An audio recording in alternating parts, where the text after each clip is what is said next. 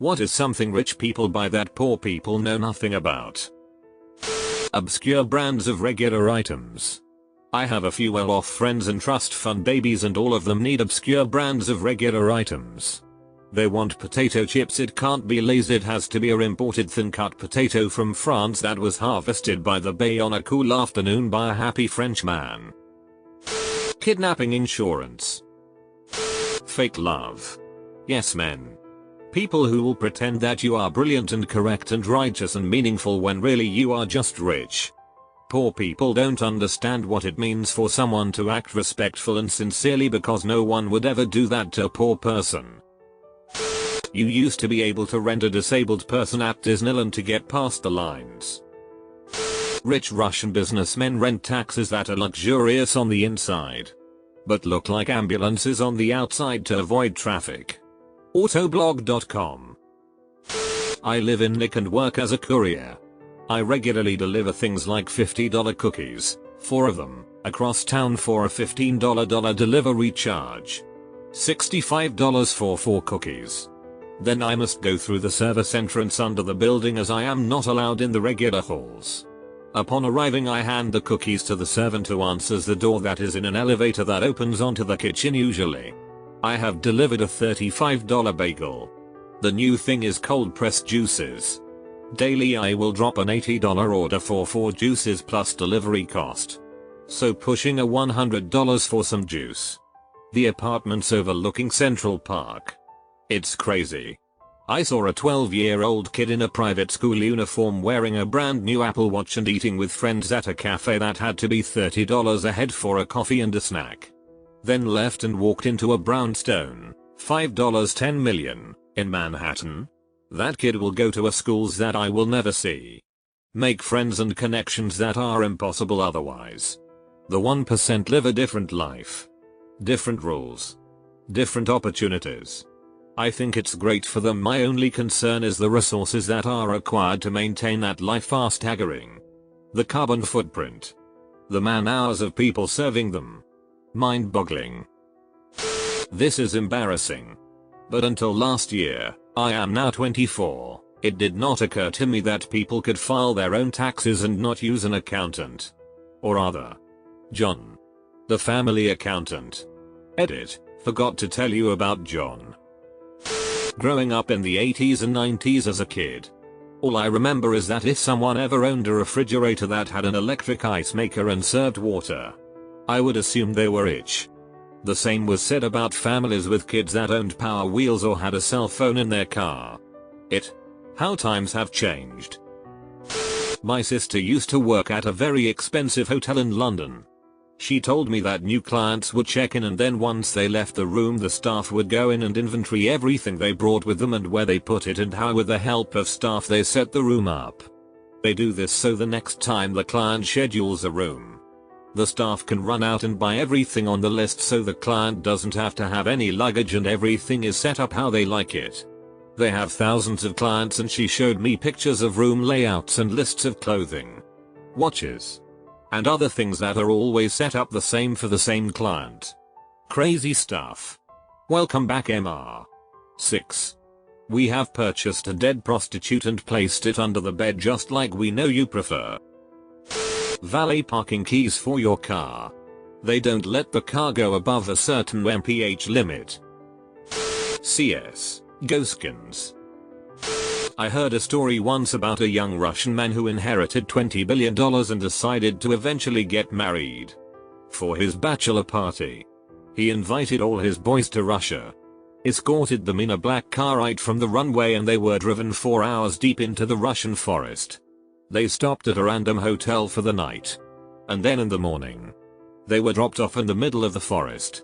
All of a sudden, a bunch of Russian men riding horses and dressed in traditional Russian battle armor surround the guys. They tell the guys that, in honor of their boy's marriage, they are going to get suited up, ride horses, and rape and pillage a nearby village. I kid you not. Their billionaire friend purchased a random, small Russian village deep in the forest, rented 54 of the best prostitutes in Russia, 18 guys x 3 girls each, to act as the villagers. rigged the entire place to be suitable for raping and pillaging. And finally, placed 18 huge cubes of frozen ice inside each of the houses in the village. These giant ice cubes contained precious jewels, Rolex watches, money, and other valuables. The 18 guys were all given a time limit, and the girls were incentivized with money to distract the guys as much as possible in their quest to break down the solid ice blocks. I will let your imagination run wild. The services of people like me. Want to buy a house in Monaco for £20 million but your bank won't fund it due to cross-border restrictions? Don't worry. I'll have it turned around in a few weeks. Have remittance issues but still want to acquire assets in the UK? I'll structure your whole deal to minimize the use of clean capital. I live in Sydney, Australia, and recently there was a big controversy about how students of two of our most expensive private schools were being secretly guaranteed spots at University of Sydney, one of the major 3 universities in Sydney, before they had even done their Year 12 finals. Everyone else in the state stresses out over Year 12 to get good grades and get a good ATA, equivalent of GPA, and these kids didn't have to lift a finger just because their parents were rich. So there's that. From what I've seen in Switzerland, most very rich people don't actually appear to be rich. They live in big houses, but it's all very private and they don't show off their wealth like other less rich people that try to show off everything they own and don't own. The houses are usually in remote places and with walls or bushes to stop you from seeing what's inside. The typical nouveau rich will just show off their mansion at every opportunity. A very rich guy's not the one that is driving a Ferrari and slowing down to revving his engine near women. A very rich guy is the one that you don't actually see. You merely feel the wealth when the occasional Bentley or Rolls-Royce passes by without making heads turn. Some anecdotal story that happened with me. I was at an ATM machine in Switzerland, behind an old lady that looked to be quite poor. When it was my turn to use the machine, I noticed that she didn't remove her card and I could still check how much money she had in her bank account and even withdraw money. She had around 8 million Swiss francs. And yes, I called her and told her that she forgot to remove her card. Nothing mind-blowing. Really. Hunting licenses that let you shoot exotic game. Stuff like rhino or lion or elephant. You can basically buy university spots if your family donates enough cash to the university. Some family members who did really poorly into high school were let into prestigious schools and programs. I benefited from that too. Honestly, my grades were very good, 85% AVG. But I was still just under the minimum average and I had no real extracurriculars. I was let into the program I wanted. I didn't even write an essay like the other people. And then there are those hyperliberal hipster kids who buy stupid like organically farmed free trade hemp backpacks. Some people are mentioning things like hiring famous bands to play at your birthday, or playing with famous athletes. The families who do those things usually lose their money in a generation. Unless they're Arab oil Sikhs. It'll take a bit longer for them to go broke. The private flight comments are a bit more accurate. We don't have as many hoops to jump through when we're getting into a chartered flight. Mingling with the socially, politically, financial elite is also true. I'm only a second-year university student with above average grades and I've already met a bunch of renowned people in the industry I'm planning to go it. I was introduced to these people by my dad and grandparents. Political influence, where I live, people and companies are limited in how much they can donate to politicians and parties. We don't have PACs here, for example. It's not as big of a deal here. But it's easier for us to talk to politicians. Respect. It depends on how you obtained your wealth.